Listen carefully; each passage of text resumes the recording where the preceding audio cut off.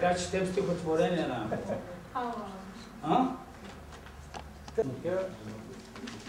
Утре подлъчника се бъде в Министерството на колонията и след един ден ще бъде пред бюрото на министър-председателя. Така че литературният месечник има двоен ефект. Нашия подлъчник ще ви изведе на европейско ниво. Благодарим за първото издаване.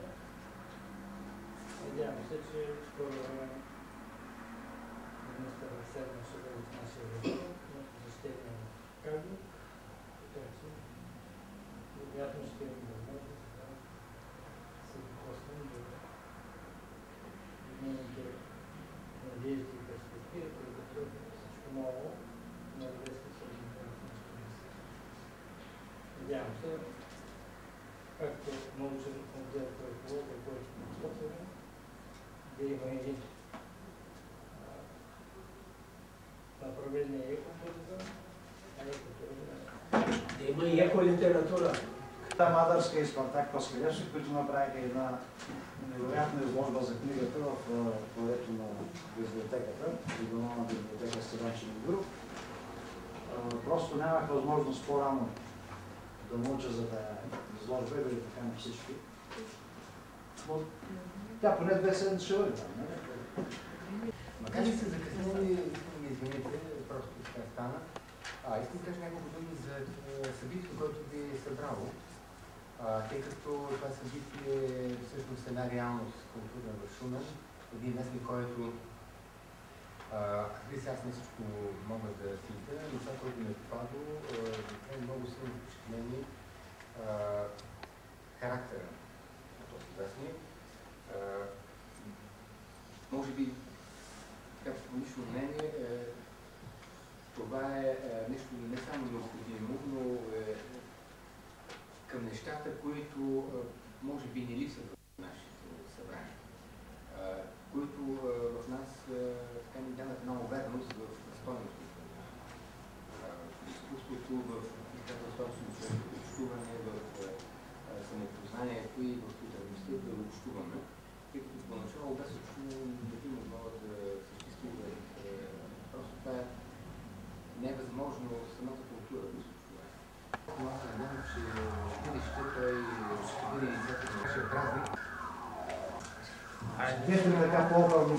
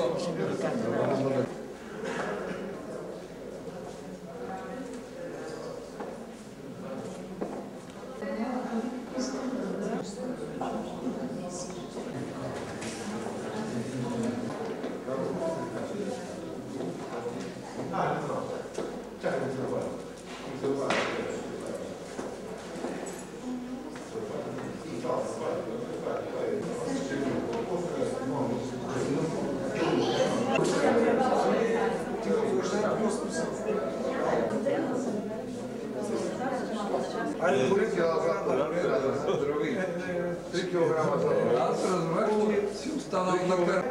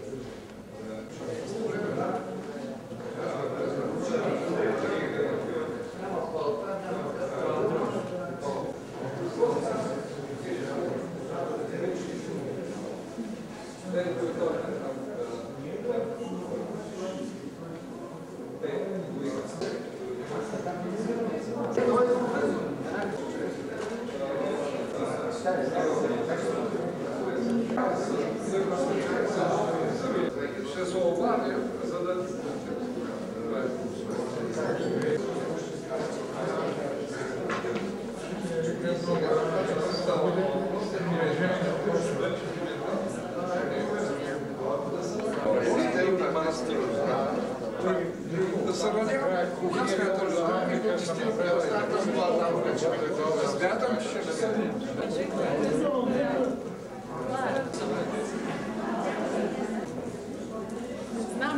живопис и рисунка, изложба, която го представя като художник, който работи вече 25 години в областта на изключителното изкуство. Позволете да дам думата на професор Тотев да представи творчеството на Валентин Кулев. На изкуството на Валентин Кулев трябва така във въведението си да изтъква, че за мен е удоволствие да се срещнем с изложбата на Валентин Кулев. Още повече, че това е един творчески път от четвърт век. Знаем всички събрани тук за неговото начало, независимо от това, че е роден в Добрич. Той е тясно свързан с Шумен. Знаем и също така, че от едно ателие на Художествената академия, което създаде трайна диря в българската монументална живопис, ателието на професор Георги Богданов. Това ателие, той всъщност е от ателието на професор Мито Гановски. 1977 година завършва Художествената академия, но от това време, непосредствено след завършването, в този 25 годишен път, творчески зад гърба си, неговите възможности в областта на пластическата култура, художествена култура са значими. Той не са за това говорят участията му в много биеналета, в Полша, в Италия. Въобще едно утвърдено име не само така, не можем за него да говорим, че е само шуменски художник, той е български художник и особено в областта на рисунката в Преслав. Близо бяхме в тази интересна и живописна част на Върбишкия проход и много често контактите ми от неговото начало в изкуството са съпроводени с съвместни учени, приказки и с неговия трабант тогава. Така че изцяло съм съвсем в неговата лаборатория, в неговото мисление. Професор Добрев, че Шуменски университет от класическите 5 университета. Така че той никога да издава вида тайна, след като вече е доцент, хабилитирано лице, учи и на магистърска програма по иконопис, защото неговите в тази насока търсения стигнаха до два чудеса. Казвам, но вие всички ще го видите, малко или много, неговите приятели и хората, които са от това поколение, знаеми нещата в интервюто, което дадох. И естетически категории са и още твърде млад. Той така за една равносметка има още много време. Така ретроспективните изложби представят човека, колкото и да е, все пак едностранно използва всички езикови средства в изкуството за светлината и сянката. Като го поздравявам с този чудесен успех, виждате почти цялата експозиционна. Художници са достойни и едно с това, че виждам, че се отварят вратите широко, чух и радостната вест от другия мой приятел, Диан Евтимов, че разширяваме и ще имаме и етажи още. И аз се надявам така в близко време, защото започна да казвам, че имаме намерение да покаже и портативна живопис, икони, а също с пълното разбиране за големия труд, който вече вложил през тези години, творчески труд. И да ви кажа също, че в Шумен не само има добри художници, но има и много добра публика, всички, които сте тук. Трябва да ви кажа, че малко градове могат да се похвалят с такава публика. И мисля, че много от вас бъдат за желание да го поздравят, затова откривам изложбата и ви давам Валентин Кулев на разположение. Даваме го ведно с творчеството и самия да поздравите. За нас е голямо.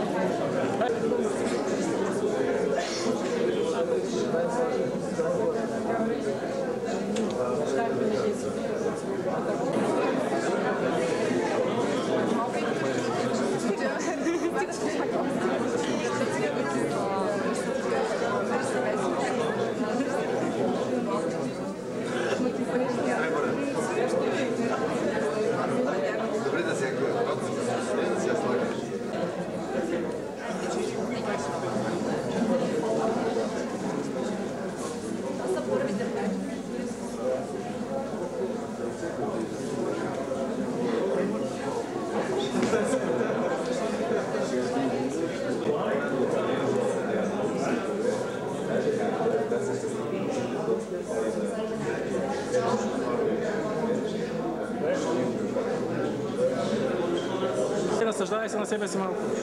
Погледни ма сега. Погледни ма сега. Ей, той е, дръж така. Стига е. И ти ли беше неудобно да го кажеш? На този кодък. На този кодък не е обучена. Тя се признава. Те, че може да направи. Киро като връчваш. Айде. Повторение. Иван е по-лош. Няма двамата. Двамата? Шампионите. Купата ли се вижда?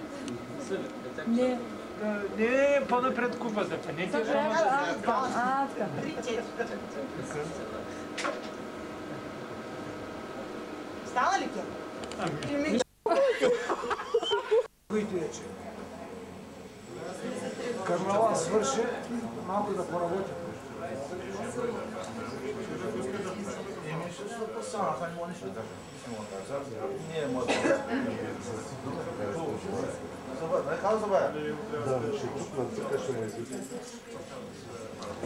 Всички чуха, аз предлагах да започва.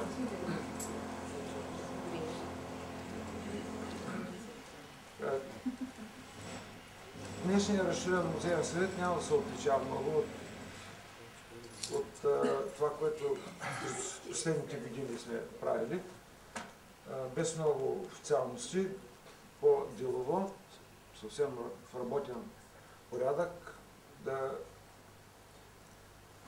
малко да хвърлим един поглед към изминалата година, да направим един възможен точен анализ с оглед това, което ни удовлетворява, да го продължим и през тази година, това, което ни удовлетворява, евентуално да го избегнем и да го преодолеем с оглед да усъвършенстваме, доколкото е възможно, работата през тази година. Моите на година са целогодишни. Смея да кажа, че общо взето имам представа, по-точна представа за това, което е ставало през годината. И на тази база аз съм наредил моите експозе, бележки. Разбира се, няма защо, не вярвам да очаквате някакъв по-обстоен анализ, тъй като в бележките това не предполага такова нещо. Това би отнело много време и още повече, че моите бележки ще бъдат един повод, евентуално да кажа за отчетите, защото това е било винаги тема. Общо взето съм удовлетворен от това, което е предложено най-после. И сигурно ще ви изненада, че казвам това, но това е истината. Разбира се, има още какво се желае, но твърдо мога да кажа, че има особен напредък в отчетите, в смисъл има аналитичния елемент, има дори някакви ноти на предложение за промене на някакви неща, което не радва. Да се удължи много. Настоящия музеен съвет. Аз се съгласих, но ми се струва, че за следващата година ще го направим. Такова мисля впечатлението от научно-изследователската работа. Най-напред, както разделяме на два етапа, два вида научно-изследователска работа, теренна. За теренната работа мога да кажа, че нова история. Мога спокойно да кажа, че резултатите са добри. Направиха се проверки на известни, примерно в фактологическо отношение. Получена информация, ще ми бъде благодарен. Може и да не по наше време, но това е едно от нашите призвания да оставяме белези от нашата работа.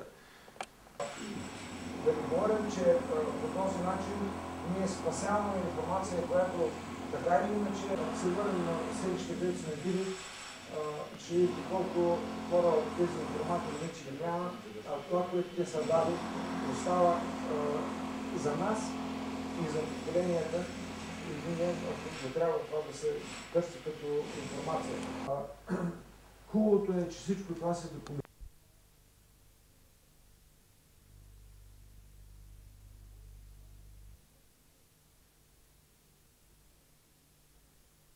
Още през 1938 година, и то не е без гордост за шуменци, от известния учен биолог, шуменица Методий Попов.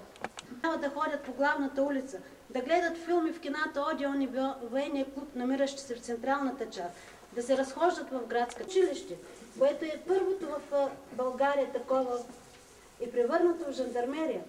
На жилищата са поставени табелки с надпис „Еврейско жилище“, а пред редица магазини и сладкарници висят надписи „Вход за евреи забранен“. Нима не е удар върху психиката на младите хора забраната да отидат на абитуренски бал, защото има вечерен час за евреи? Да те сменят името от Роза на Херцелина, защото Роза не е еврейско име. И така нататък, и така нататък. Но тези ограничения са нищо в сравнение с очакванията от физическо унищожение, което е вторият изключително тежък момент в живота на евреите от България и от нашия град. Събитията от март 1943 година, тях никой никога няма да забрави. Защото те са за урок за достоинство, който днес ние за пореден път провеждаме. В изпълнение на постановленията на Комисарството по еврейските въпроси е изготвен специален план за депортиране и извозване на 5500 български евреи. До гара Пирот трябва да се превозят 1800 души, които на 10 и 11 март трябва да се вдигнат от София. На 11 март да се вдигнат от Руси и Разград 350 души със 7 вагон. От Шумен 50 души с 1 вагон. И така нататък, и така нататък. Освен времето на унижение, настъпва и време на страх. Страх от физическо унищожение. И в този момент отново българите се надигат. Делегация от 4 видни граждани на Кюстендил, Михалев, Момчилов, Куртев и Суичмезов известяват за подготвената депортация под председателя на Народното събрание Димитър Пешев. С много усилия той успява да принуди министъра на вътрешните работи Петър Габровски да отмени заповедта за депортиране. На 17 март 42 депутати подписват писмо, с което заклеймяват намеренията на правителството. Сказа и унижение към други членове на обществото.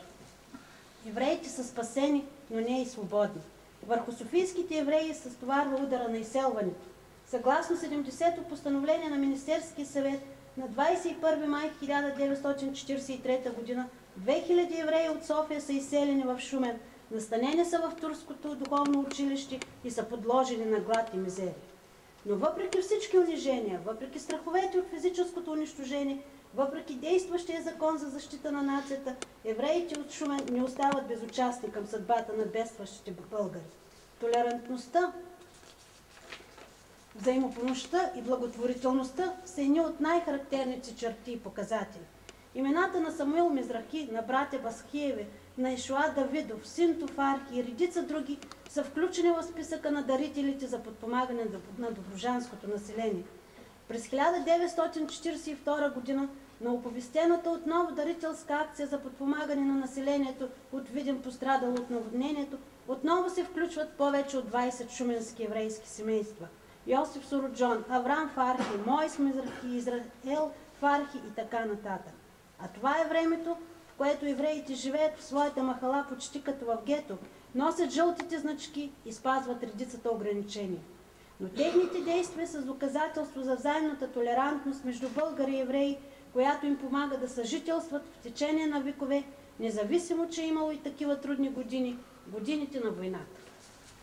Присъствате на тази изложба, може да ви се стори малко скучна. Минути да се разгледа изложбата и заповядайте в залата за филм, подготвен от киноклуб Малашки кони. Минава няма страшно да снима. Господин Витков, и доктор Витков. То да не бива и друго нещо.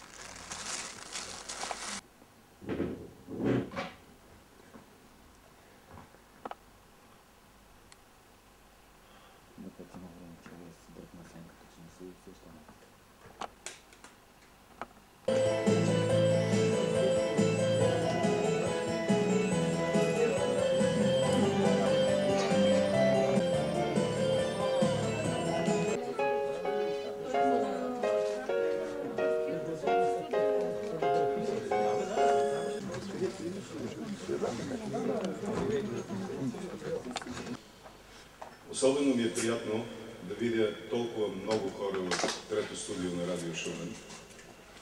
И искрено се надявам, че причината за това е поезията. А може би причината за това е Станислав Симеонов Шушо.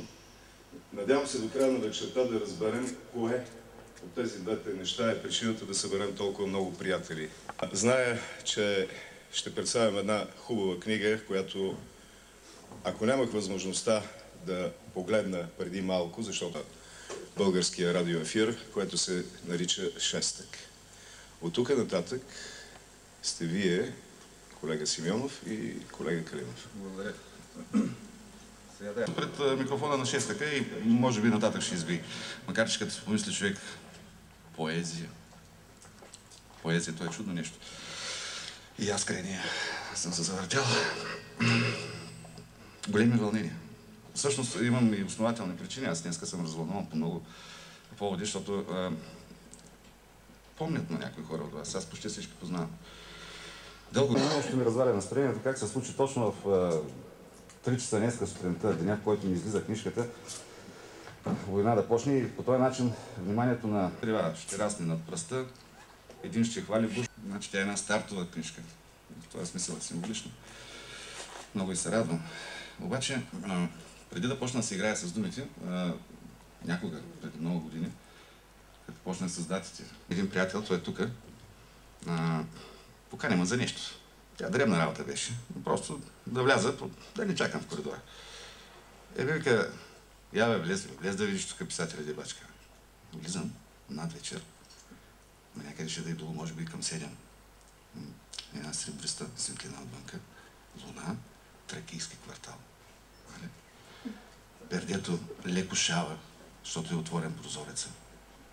И пред прозореца бюро с пишеща машина и лист докаран на половина и лула. С годината с история най-накрая дойде при него. По тая логика, значи, ако очакваното от мен, то с трепет представяне, критическа оценка. Ами аз ще се опитам да бъда в същата тоналност, както Станислав. Гласих да представя книгата, аз не съм. Значи Добре, така. И след като я прочетох втори път, така се опитах да си от овджийски капани в този текст. И изведнъж се сетих за един мъдрец на 19 век, няма да му спомена сега името, който беше казал, че човечеството се прощава със своето минало, като се смее. Ако е хляб, така хляб. Ако е орех, така орех. Що толкова кастерното се вижда? Така бе, така. Не бе, напротив. Името е чудесно, намерено. Но е, че човечеството се разделя обикновено с това, че разделяйки се с миналото. Но... Иде да знаеш. Някой ден. Скоро е във втората, градивната. Всички писатели са плагиат, са появят и неинтересни неща. Пародията са доколството Шумен. И аз ще кажа няколко думи за тези неща. Първото нещо е, пародията продължава с текстове на Димитър Подвързвачов, много сериозен автор. Обаче, ако това някои знаят, не знаят псевдонима му. Те са няколко, най-любимия му псевдоним е Хамлет Принц Датски. Он е голям размисъл на Хамлет да бъдеш или да не бъдеш, значи да бъде ли литература. Поне псевдонима да му каже. Няма да почете никого. Да, вярно, че е Смирненски, който се подписва. Значи първата директорка на радиото е намерила да назначи тогава, който каза, че пародията никога не е напълно деструктивен жест, в нея винаги кълни съзиданието. И ще се наложи професор Никола Георгиев помоли ходатайства. Как да му кажа? Разбира се. Ами добре. Съжалявам, че Пак добре се видяхме, така да ви подаря коца. Даже една специална бутилка, за да може да управляваш, а пък ти може да не пишат. Не, това е работа. Сега, какво да бъде? Благодарим от все сърце, разбира се. Хората трудно се заемат с чужди грижи. В случая бай Марин се е заел твърде при сърце, както се казва, и естествено заслужи благодарността. От тук нататък. Сега аз очаквах наистина директна оценка, но не можах да я получа. Писах класика, за класик не ме обявиха, но важното е какво живее вътре в човека. Като обявят за Георга, нека другата трябва да обявят. Така е, и той го има. Най-важното, че у нас вечер той ми се обади в 10 часа. Съвсем неканен, ненадеян, гостин по телефона. Стане ли нещо? Не казвам, сигурно ще стане нещо. Хайде само да дочакаме деня, ето то почна и войната. Не го дочакахме. Сбърка да ти кажа. Войни е имало много и пак ще има, но Станислав е един. Така, няма. Има ли или няма? Точно той ще направя. Така, аз ще ги направя тези неща, ще ги прочета. Аз ще ги прочета. Макар че вие може да си представите какво вълнение е сега. Един млад 45 годишен поет, нали, в началото на творческия си път, чете за първи път пред публика. Сега. То някак си неудобно е човек сам да започне, защото всъщност искам да започна от там, от творческия процес, от оня миг. Христина, задай ми някакъв въпрос, да мога да започна да бъде някакси по-раздвижено да бъде. Той, впрочем, Шушо предварително редактира част от въпросите, много искаше да бъде интервюиран. Много обичам аз. Защото каза, не може все така аз пред микрофона да стоя и да говоря с хората, трябва и на мен да ми задават въпроси. И този въпрос за творческия процес беше много важен, трябваше първо да го задам, но и ти каза, че искаш